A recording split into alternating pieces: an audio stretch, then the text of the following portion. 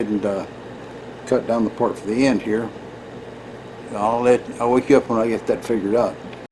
Alright, this piece along the tips there is 0.375, so I'm going to have to cut this part down some. The next part,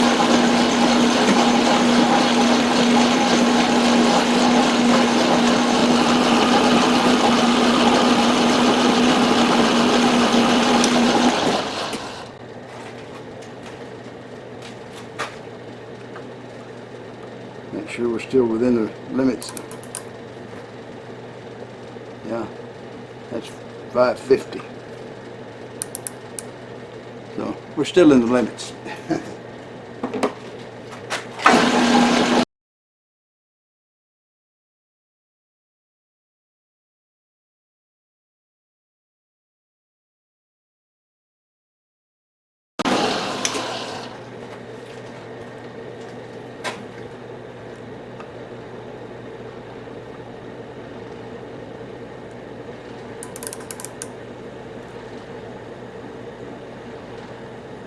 All right, it's just a little under a half.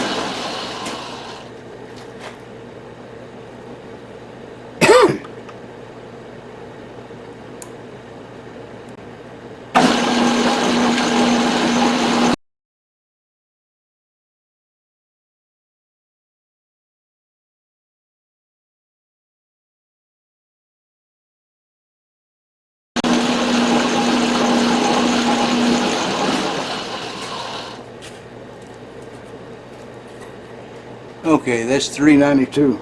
That's where I'm stopping. I don't need to worry about what actual size the hex is, so I think I'll just leave a little bit more meat on there. I twisted the last one off, you know. So we'll prepare for threading and I'll wake you up. Okay, so I'm back to threading on this end, and you saw the threading on the other end, so this is the same thing. So I'm not gonna video this part.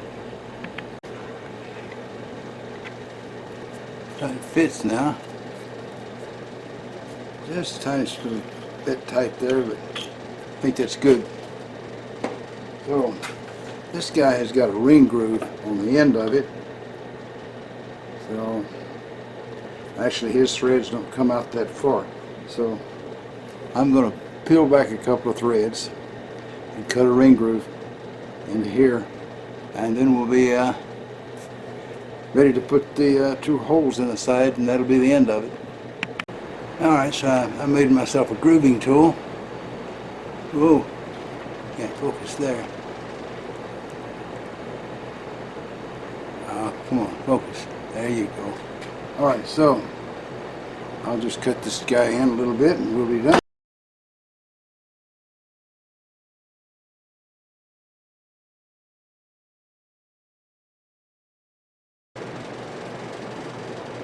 That should be about it.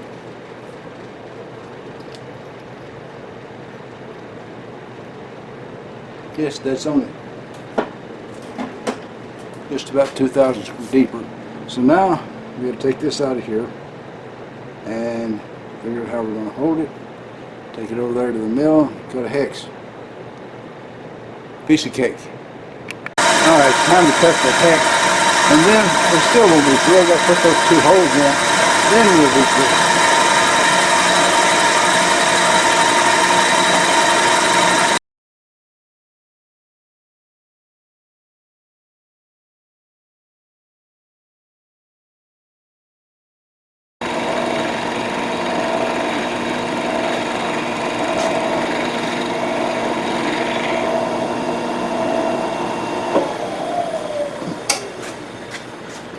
Alright, now whatever size hex that is, that's going to be the right size because it's a hex and there's no use cutting it smaller just to match that other one.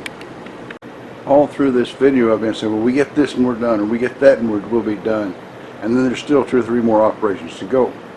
Well, right now, there's still 2 operations to go. I've got to drill 2 holes in the face of that. I've got to drill a hole in the side of it. And I've got to thread that hole. So there's still more to be done. Alright, I need 2 holes in the top of this guy. I'm lined up on the first one.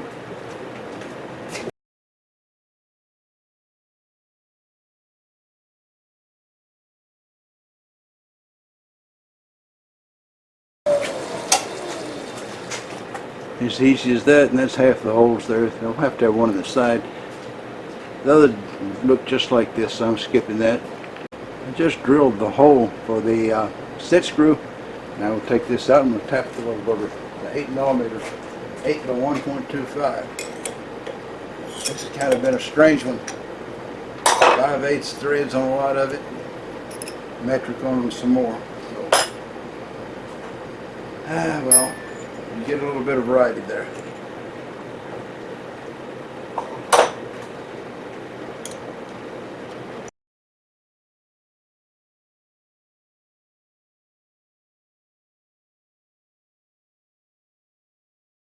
There's not much left to do now, so after I make sure that's tapped all the way down with a good thread, I'll assemble the thing that you take a look at it. Alright, so when we got down to the end of the video and I told everybody I was going to put the thing together for them, my camera battery went dead.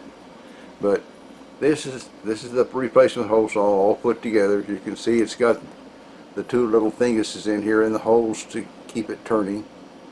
It's hard to get that straight on, but I made a sort of a misjudgment at the end. I knew I was doing wrong, and I kind of eyeballed the holes for the little pins.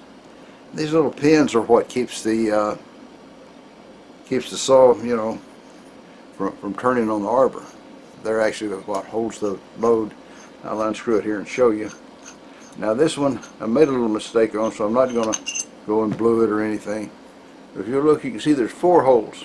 Well, the first 2 holes I screwed this on the arbor, took a punch, you know, stuck down through the center of them and whacked the spot. Well, that's turned out eyeballing that spot wasn't accurate enough, and one hole was a little bit off, so I had to go back and make another set of holes. See, the way it works is these pins come up out of here and go through the holes in the hole saw to keep the hole saw from unscrewing or anything or tightening up on this arbor. And so I had to go back and make 2 more holes. This time they worked. So even though the tool is tooling and it works, I have the embarrassment of an extra set of holes. So this one, he doesn't get blued or anything. He just gets thrown in the box and used. Alright, thank you for watching. Give me a thumbs up even if you didn't like it, and make a comment. You don't have to be a good comment, just make one. And subscribe. Keep on keeping on. Well, it seems that Bubba's got a cousin named Billy, and Billy Joe actually, and Billy Joe's got a brother named Bubba, and his brother ain't known for being real sensitive or anything, you know. So anyway, Billy Joe wanted to go off to Europe, you know, and do a little looking around, and he couldn't find nobody to keep his dog except Bubba. And he really hated to do that, but, you know, he decided, well, there wasn't no other choice to it, so he told Bubba, he says, I'm going to call you from time to time and ask you about how the dog's getting on. He says, you better take good care of him. So Bubba says, all right. So in a few days, well, Billy Joe calls up, says, well, Bubba, he says, just how's my dog doing? Bubba says, oh, your dog's dead. Billy Joe says, oh, Bubba, he says, he says, you know how much I like that dog, how I love that dog, and all that. He says, how could you be so insensitive as to just pop out with it that he's dead? He says, he said, you could have done a lot of things. Says you could have let me into it easy, like telling me, well, the dog's on the roof and we can't get him down, but we're working on it. And when I called back tomorrow to check on the dog, you say, well, the dog fell off the roof and we took him to the vet. And then maybe the next day you say, well, your dog died, and that give me time to start expecting something. He says, Bubba, you got to learn to be more sensitive. Bubba says, all right. He says, Billy Joe, I'll sure give it a try. So after a few days, Billy Joe's feeling a little bit better, and he called back home and he said, well, Bubba, he says, how's everything going? Bubba says, it's going all right.